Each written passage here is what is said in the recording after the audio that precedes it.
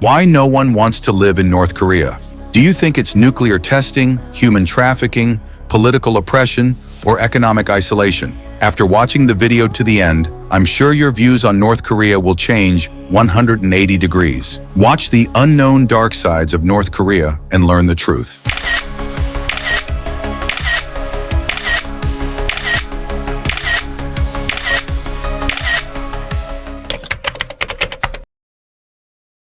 The development of nuclear weapons by the North has been pursued since decades, and thus the acute concern of the international community has come into view. The country conducted a number of nuclear tests, starting with the first in 2006. These have grown progressively more sophisticated and with higher yield, reflecting a development in their nuclear capabilities. North Korea claims that its nuclear arsenal is a deterrent against what it sees as hostility emanating, especially from the United States and South Korea. The attainment and development of ICBMs capable of reaching the U.S. mainland further enhanced this. The various summits and negotiations done in regard to this brought inconsistent progress toward the denuclearization of the Korean Peninsula. Dozens of sanctions have been imposed by the United Nations, apart from many other countries, just to temper its nuclear ambitions. However, even all these could not deter the regime from pursuing its agenda on weapons development.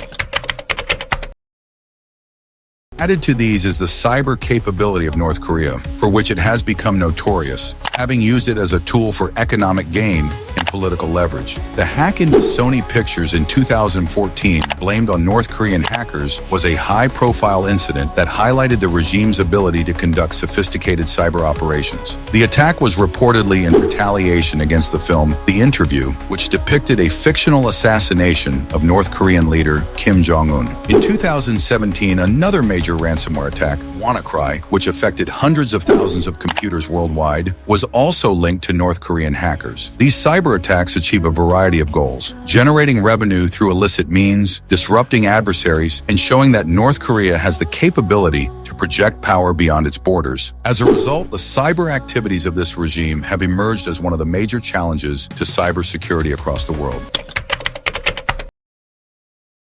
North Korea is a source country for human trafficking, with many of its citizens trying to flee the oppressive regime, only to fall into the hands of traffickers. Women and children are especially in danger of being moved to other countries and put into labor or sexual slavery. The regime's tight control on movement and information prevents victims from seeking help or escaping. They also often face severe punishments for their attempts at fleeing, which include forced labor camps. International organizations, along with some defectors, have pointed out the human rights abuses of North Korea. However, such abuses are hard to address since the regime is quite isolationist, with limited, if any, cooperation with global human rights initiatives.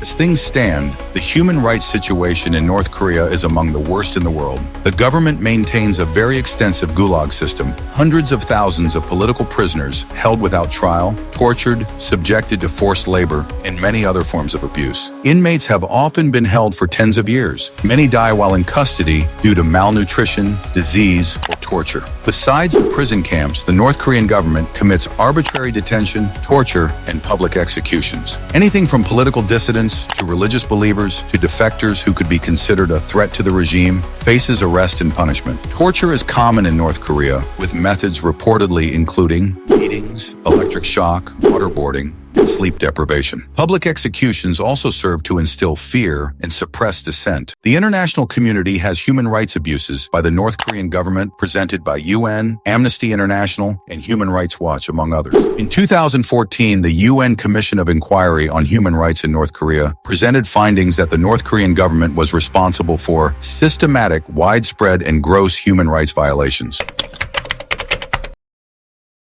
By systematically carrying out political repression, such as suppression of dissent, limitation of freedom of speech, assembly, and religion, the only legal political party is the ruling Workers' Party of Korea. All other political activities have been banned. All media emanate from the government, while access to foreign information is strictly restricted. Any person perceived as an enemy of the regime, for instance, political dissidents, believers of other religions, and defectors, is a candidate for possible arrest and punishment. A network of informers keeps tabs on the population and reports suspected activity, Dissent receives harsh reprisals, including imprisonment in concentration camps, torture, and execution. The political repression by the government of North Korea has left its people in a climate of fear and paranoia. People do not speak out or criticize the government against anything because of the threatened punishment.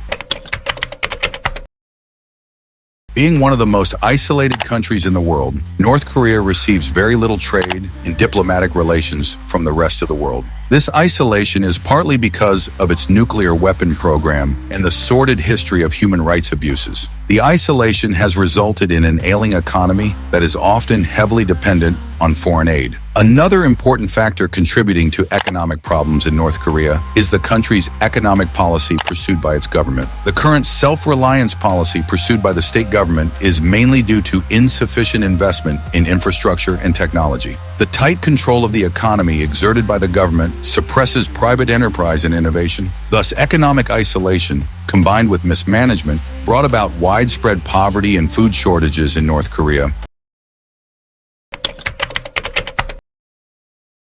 Within its borders, North Korea is also facing severe environmental issues. Most of the large-scale industrial activities are archaic, poorly regulated, and create a great deal of air and water pollution. The desperate need for fuel and expansion of agriculture has caused critical deforestation. These kinds of environmental degradation contribute toward enhanced food vulnerability, as soil erosion and loss of arable land diminish agricultural productivity. The regime typically focuses on military and industrial development at the expense of environmental protection. This brings about long-term ecological degradation. Some of these aspects have been addressed through international aid organizations, although access to the country is minimal and often hampered by government priorities that limit effective intervention.